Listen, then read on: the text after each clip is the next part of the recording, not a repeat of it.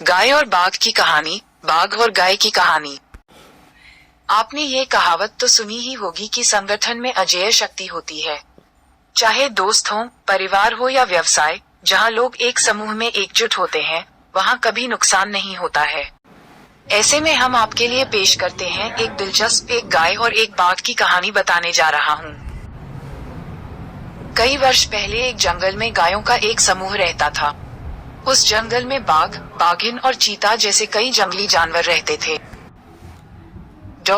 सभी जानवर इन हिंसक जानवरों से डरकर भाग रहे थे, लेकिन इन गायों में कोई डर नहीं था।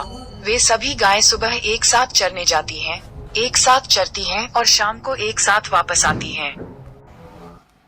एक दिन एक बाघ की नजर इन बलिष्ठ गायों पर पड़ी और उसके मन में लालच आ गया।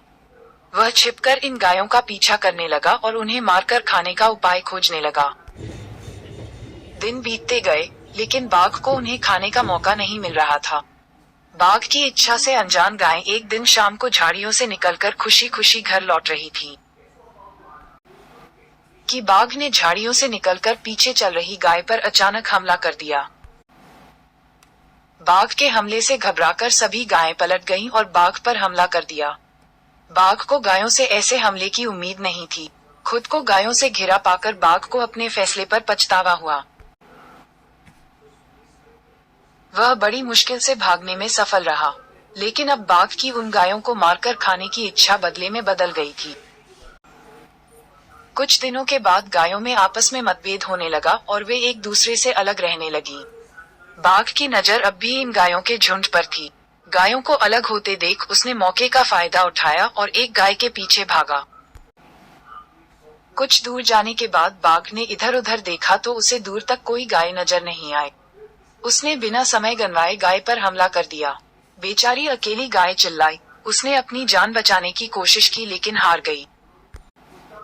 बाघ ने अन्य गायों को मारने के लिए ये तरीका अपनाया और एक एक करके बाघ ने सभी गायों को मारकर खा लिया।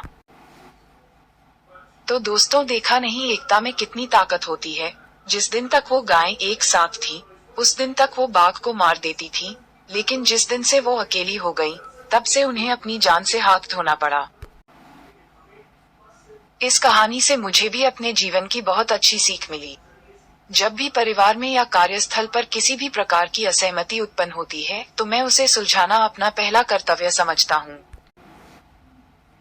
आपसी मतभेद सदैव हानिकारक होते हैं। एक दिन वह इन गायों की तरह अपूरणीय क्षति पहुंचाएगा। इसलिए जब भी कोई मतभेद हो, चाहे वह रिश्ते में हो या बिजनेस में, हमें नुकसान पहुंचाने की बजाय एक दूसरे से बात करनी चाहिए और समाधान निकालना चाहिए।